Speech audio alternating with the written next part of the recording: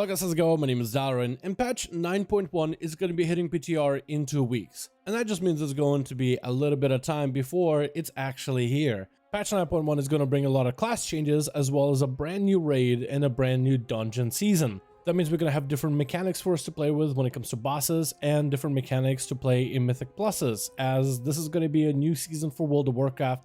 But with the new season also comes a brand new meta. Certain classes that are really good right now in the current raid, in the current season of Mythic Plus, could potentially become not as good next patch. And with new seasonal stuff comes choice of a class that you want to play for that season. So let's talk about some of the factors you should consider going forward into patch 9.1. And let's talk about some of the DPS specs that have potential to have the biggest step up going forward into the next patch. You ever look over on the WoW logs and ask yourself the question, why are the classes that are at the top, and why are the classes that are at the bottom always at the bottom, week by week, no matter how many buffs or nerfs Blizzard applies? I mean, we see Arms Warriors, Survival Hunters, Beastmaster Hunters, sometimes Demonology Warlocks at the bottom, week by week by week. Does somebody at Blizzard hate those specs? And on the other side, maybe instead of playing those specs, they're all boomkins, and that's why boomies are performing so well in Castle Nathria every single time. Why won't Blizzard just buff the specs that are underperforming? And that is because with the new patch, new seasonal stuff, as we get better gear, scaling is going to come into play. There's a reason why Blizzard doesn't go over buffing certain specs that are underperforming, knowing that they will end up doing really well in the future raid tiers, because if you end up buffing them right now, you're just gonna have to nerf them in the future. As we get into the further raid tiers and get higher item level gear, we'll naturally get more secondary stats, and classes that can utilize those secondary stats will end up scaling harder than those that don't utilize secondary stats as efficiently. To give you an example of this happening to classes in an expansion, we could just go back to Battle for Azeroth, starting with the very first raid of BFA, maybe even first and second raid, where Frost Mages was the dominant spec to play.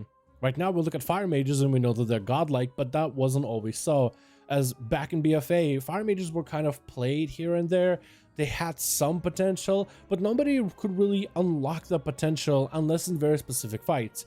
And in BFA, as we got better gear, Fire Mages naturally became better until they just shot for the moon with corruptions, and they became absolutely fantastic, and players started taking them seriously. And Fire Mages have had a really solid start at the beginning of Castle Nathria, but they weren't always gods. They had to start at the bottom and work their way to the top, and scaling let them do that.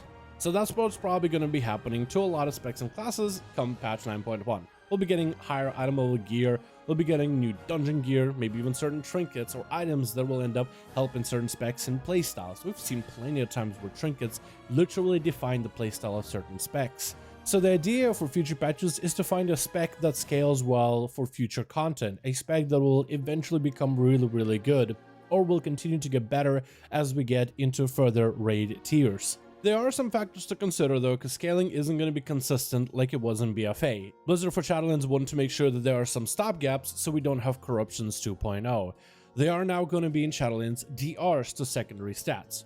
Basically, the more you stack of one stat like Critical Strike, Haste, Versatility, Mastery up past a certain percentage point, it will actually start to have diminishing returns. The more of that stat you stack, the less efficient it'll become in terms of how much of that stat you need in order to get 1 extra % of Mastery, Crit, or Versatility. So you're looking for specs that can utilize all 4 stats efficiently as humanly possible, and the ones that scale the best for those specs. So that does give us an idea of what you're looking for.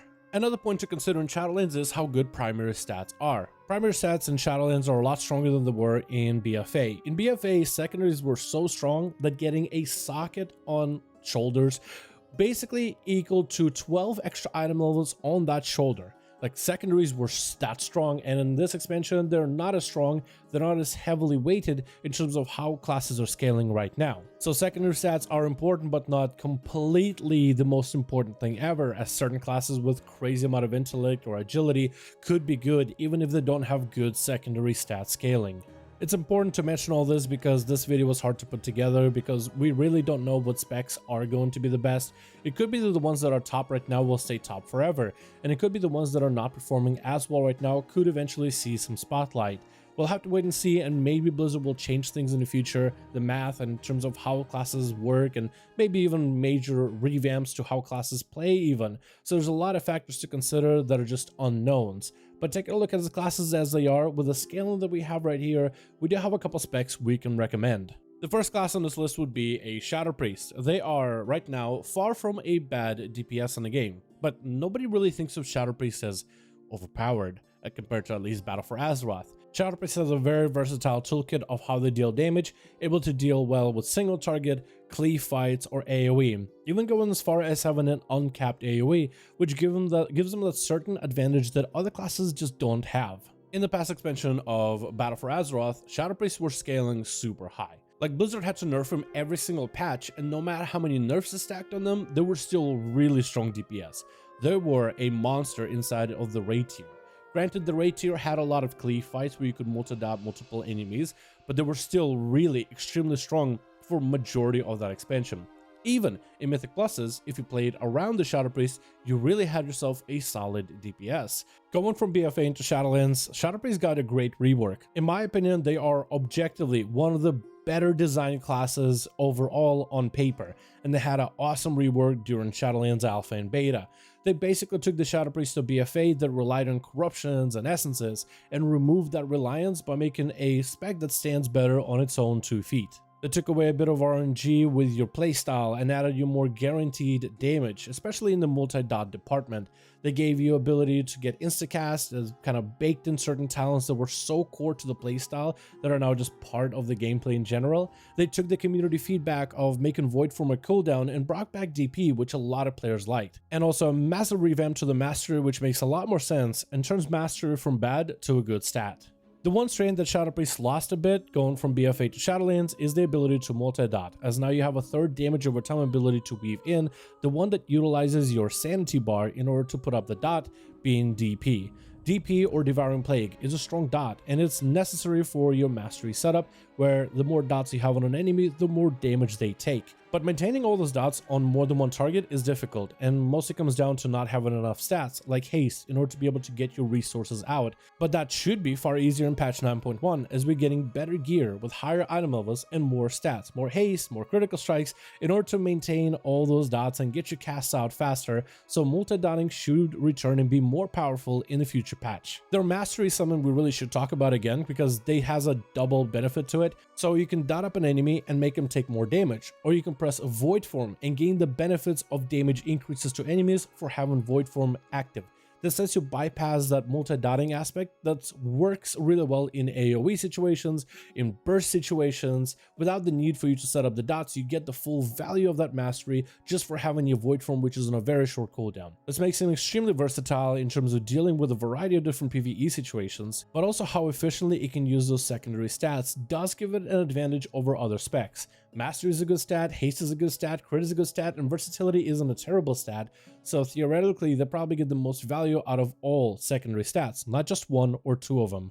The next spec on the list is going to end up being Enhancement Shaman. Off the bat, Enhancement is interesting compared to the other specs because it has the Wind Fury Totem, which could have potential for raids and groups to have more auto-attack based playstyle, which always will have potential in the future World of Warcraft to at some point get better in case stats somehow align. Besides that, Enhancement Shaman has a history of Battle for Azeroth where you utilize all your stats fairly equally, so you got benefit from just about everything, and with the GRs to secondary stats, this could go a long way. You also have a wide array of really strong legendaries. I don't think there's almost a single bad legendary for enhancement, depending on how you build your character. I've seen some sims of shamans at low item level able to reach some really high numbers. You're playing really legendaries that no one plays ever. So I feel like there's some definitely hidden potential based on the strong Legos that enhancement brings. It'll also be a recurring topic with this class as well as many others on this list.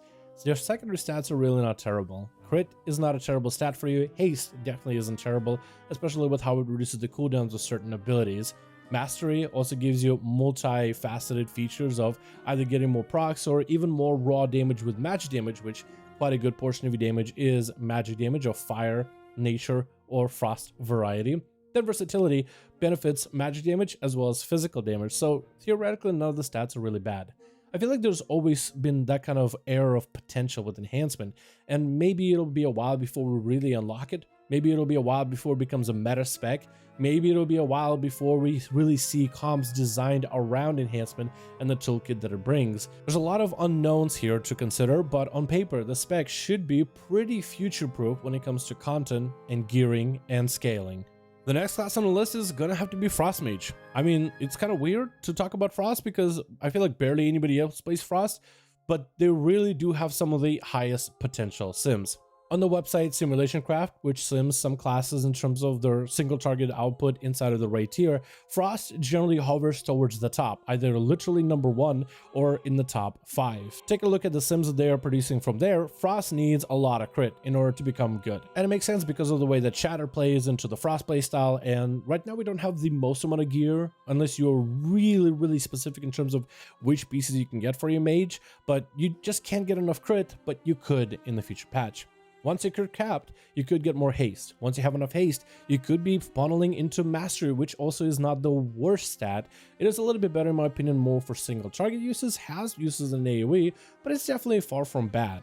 Not like mages really needed any help in AoE, as right now in Stone Legion generals, they're dominating fire mages, even those fire mages that are getting multiple PIs and multiple different assistances from classes, they're still having a hard time scratching the surface of what a frost mage can bring. So with plenty of crit, with plenty of haste, quite a bit of opportunity for you to stack a bit of mastery, and versatility not being completely a terrible stat that gives you negative damage, it does put Frost Mage in a position where you actually could get fairly equal value from all the stats. It'll take you quite a while before you can reach that crit cap and then start funneling secondary stats to all the other outlets. That's just going to make the spec play better and stronger. Right now in Simcraft, they do need a little bit of assistance from other classes, like another mage with a buff that can give Frost Mages the crit they need in order to hit that cap. But in future patches, with all the gear and all the secondary stats we need, I think it's going to be far easier for Frost Mages to really reach their potential. We've been seeing Arcane Mages doing well, we've been seeing Fire Mages do well, but from BFA, we know both of those specs benefit heavily from mass stack in certain stats. And with how DRs work on secondary stats, stacking too much of one stat is just not that good for you. So being more even in stats and the way that Frost can benefit from the even stats, theoretically, there could be a really strong caster that people are sleeping on until the next future raid tier. Next class on this list, and spec rather, is going to be Feral Druids. First things first, on Simcraft, they are literally the highest sim in character. I don't know, maybe if it's a bug on their end, it really could be because they're looking like they're about 2,000 or a little under 2,000 DPS ahead of everybody else. Again, could be a bug, maybe it's an April Fool's thing, which would be kind of a sick joke.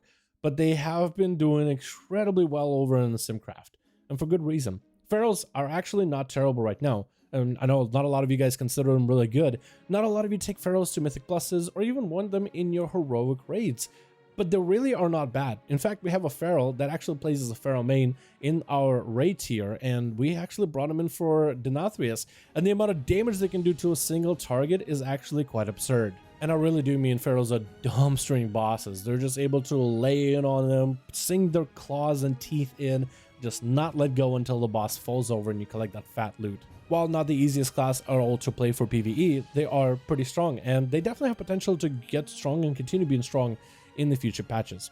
Druids are just really good, Ferals in particular, and what helps out Ferals, and let's be honest here, secondary stats. They are good all across the board. We talked about with the other classes, let's talk about Ferals. Crit gives them more resources, more combo points, so you're spending less time building combo points, more time using finishers to maintain damage on the enemy. The more bites, the easier you have uptime with your rip, the more damage you're going to put out. So crit is going to be a stat that it will never have enough of. Haste, not a great stat for Ferals. They do auto attack quite quickly, so haste does benefit there a little. It also gives you more ticks of bleeds in between, so while not the worst stat, it's not the greatest. There are some classes though, like Outlaw, Rogues, and Mastery, that's a far worse combo than a Feral and haste. Ferals and Mastery, big bite damage, big bleed damage, what else can you say? And finally, versatility, you're going to be shredding the enemies, you're going to be swiping them, and versatility benefits all physical damage and all those abilities that are not empowered by mastery. So they're really safe when it comes to secondary stats, albeit they are a difficult class to play. They're not really seen as the meta class. Boomings are being brought over Ferals in most cases for dungeons and raids for the ease of use. But Ferals do have a little bit of extra advantage that boomies don't, and that's owl weaving. Weaving into the owlkin form, especially if you have Heart of the Wild and Convoke the Spirits, you do get use of caster-based abilities from time to time that kind of flips things on its head. I feel like if we were talking about Feral Druids just with the bleed-based playstyle, the Thrashes, the Rakes, that would be one type of Feral, but there's multiple different ways to play Feral that gives us this unpredictability for future patches as well. And I think that could also skew with the scaling, as a spec could scale incredibly good going to future patches, having access to this whole other playstyle as part of its base toolkit with all these changes that Blizzard have added to Druids in Shadowlands.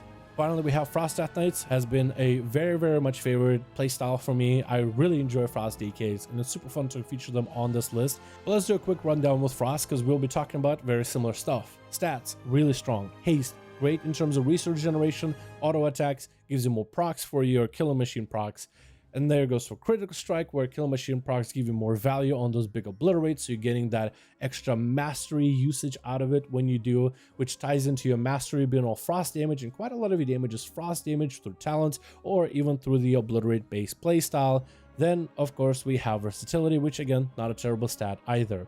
They also have a pretty decent benefit of weapons in terms of they can play a dual wield or a two-hand playstyle. And sometimes the dual wield playstyle is a little stronger, other times two-hand playstyle is a little stronger, but for future patches it does give Frost Death Knight this playability of you can go for one playstyle that makes certain talents stronger, or you can go for another playstyle that makes other talents stronger. So let's say if a fight has a lot of AoE, Breath into the Ghost build is going to let him do more damage. Or if you're focusing more on single target burst potential damage, you could go for obliteration build. Not all specs have this viability to be able to switch the playstyle based on weapons, and for Frost, having this use of you change your weapons, you slightly make certain aspects of your playstyle stronger, I think does give them that future-proof protection. You are like Unholy in terms of the raid utility, anti-magic zone, B-res, decent okay-ish mobility, but also they're starting to sim a little bit ahead of Unholy, and with how well they use the secondary stats, they could be incredibly good for future content as well.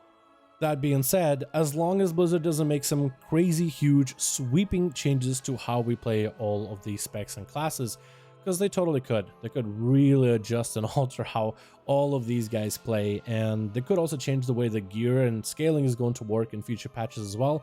We'll just have to wait until the patch 9.1, which will be happening in a couple of weeks.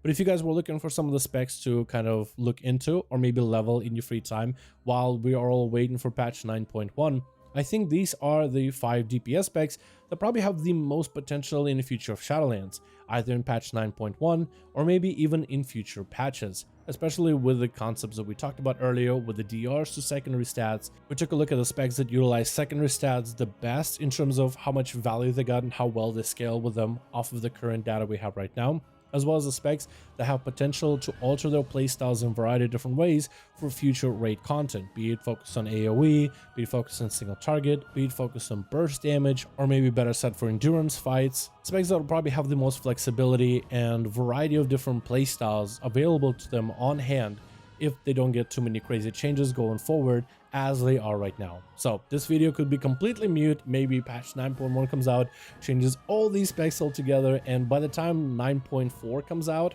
the fire mages, the boomies, the elemental shamans, the assassination rogues that are top of the meters right now in Castellanathria will continue being the top specs for all of expansion. Who knows? We'll just have to wait and see. But thank you guys so much for watching this video. I really do hope you guys enjoyed. Let me know your thoughts in the comments below. And as always, I'll see all of you guys in another video.